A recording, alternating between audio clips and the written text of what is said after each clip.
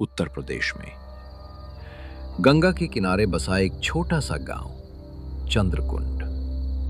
समय सावन का महीना, 1980 के दशक का अंत। चंद्रकुंड गांव में गंगा का किनारा और उसका घाट वो जगह थी जहां दिन में तो हंसी मजाक और गपशप होती थी, लेकिन रात होते ही लोग उस ओर मुंह तक नहीं करते थे। गांव में एक पुरानी कहानी प्रचलित थी कि 100 साल पहले एक जमींदार की बेटी सावित्री ने गंगा के घाट पर आत्महत्या कर ली थी।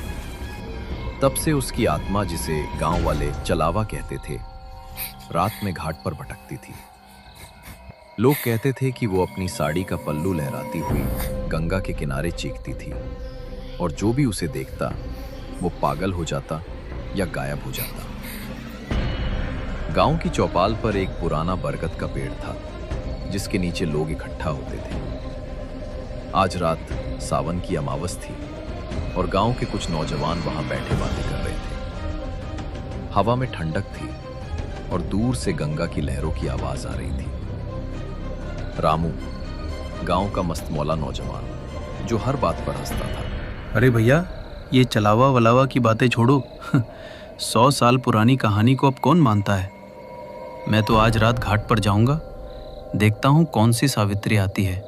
रामू, तू बातें तो बहुत बनाता है, लेकिन जब रात को गंगा के घाट पर कुत्ते भौंकने लगते हैं ना, तो तेरी हेकड़ी निकल जाती है।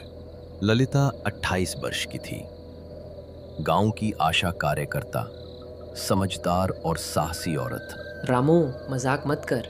मेरी दादी माँ कहती थी कि चलावा कोई कहानी नहीं, हकीकत है। उसने कई लोगों को गायब कर दिया। हरिया, गांव का चौकीदार, हमेशा सिर पर टोपी पहने रहता था। ललिता ठीक कह रही है। मेरे चाचा को उसी चलावा ने पकड़ा था। वो रात को घाट से लौट रहे थे और फिर कभी नहीं दिखे। रामू हंसते हुए बोलता है, अरे हरिया चाचा, तुम भी डरने लगे। मैं कहता हूँ चलो आज रात सब मिलकर घाट चलते हैं, देखते हैं ये चलावा कितना डरावना है।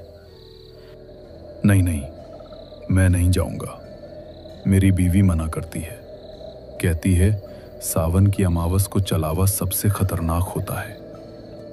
रामू, तू जिद छोड़ दे, कुछ चीजें मजाक के लिए नहीं होती। लेकिन रामू की जिद के आगे कोई नहीं टिक सका।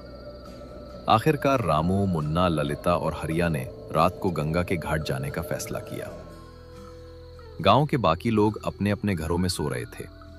रात भी काफी हो चुकी थी, लेकिन कहीं न कहीं सभी के मन में डर था। आधी रात चारों घाट की ओर चल पड़े।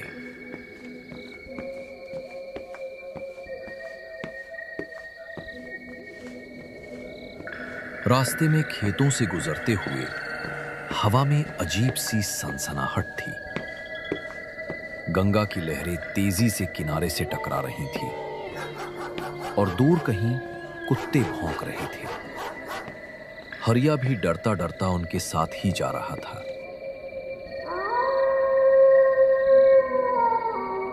मुन्ना कांपते हुए बोला, रामू, अभी भी वक्त है, लौट चल, ये ठीक नहीं लग रहा। रामू हंसते हुए बोला, अरे मुन्ना, तू तो ऐसे डर रहा है जैसे चलावा अभी तेरे कंधे पर बैठ जाएगा।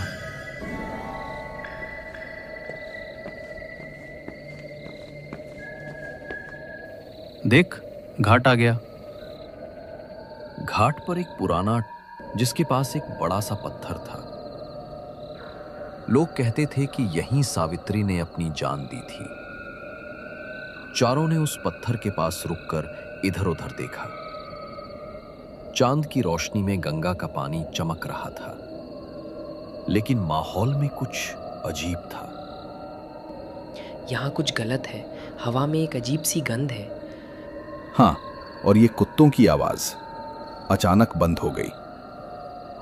तभी गंगा के किनारे से एक औरत की हल्की सी चीख सुनाई दी। चारों एकदम सतर्क हो गए। मुन्ना डर के मारे कांपता हुआ बोला, ये क्या था? रामू, अब तो मान ले, चलावा है यहां। रामू हिम्मत जुटाते हुए बोला, अरे शायद कोई औरत नहाने आई होगी। चल देखते हैं।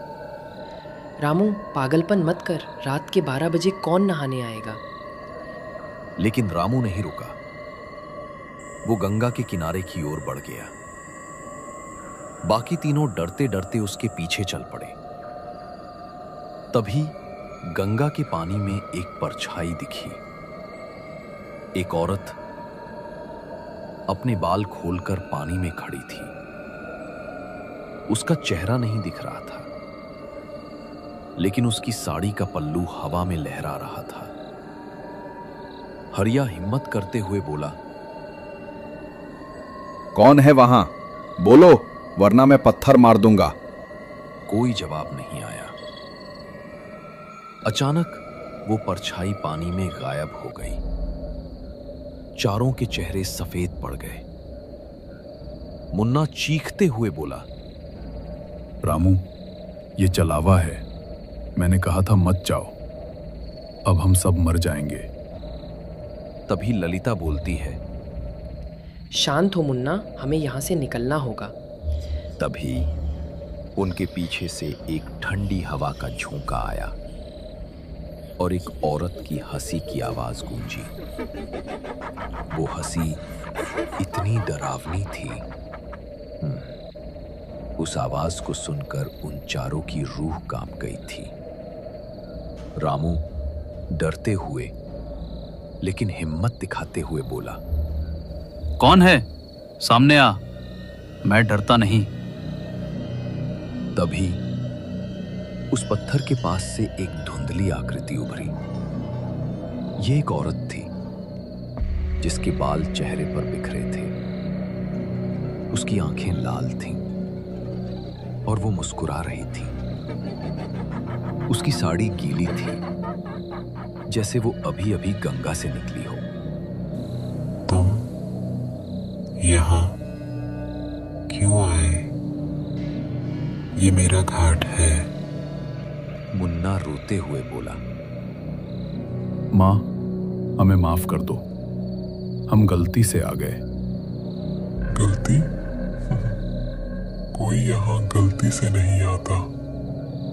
तुमने मुझे पुकारा, अब तुम मेरे हो। ललिता ने हिम्मत जुटाई और अपनी जेब से हनुमान चालीसा की किताब निकाली। उसने जोर जोर से चालीसा पढ़ना शुरू किया। जय हनुमान ज्ञान गुण सागर, जय कपिस तिहु लोक उजागर, रामदूत अतलित बलधामा, अंजनी पुत्र पबत सुतनामा। चलावा की चीखें और तेज हो गईं। ललिता हिम्मत करके जोर से बोली, शक्ति सिर्फ शरीर में नहीं, भक्ति में है। जय हनुमान। चलावा, तू यहाँ से जा। चलावा की चीखें और तेज हो गईं, लेकिन वो गायब नहीं हुई। उसने ललिता की ओर हाथ बढ़ाया और ललिता का गला दबाने की कोशिश की।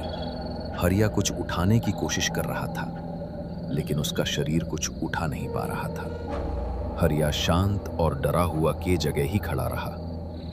रामू डरते हुए बोला। ललिता ने हनुमान चालीसा पढ़ना जारी रखा और आखिरकार चलावा की आकृति गायब हो गई। चारों ने राहत की सांस ली, लेकिन उन्हें पता था कि यह खतरा अभी टला नहीं है।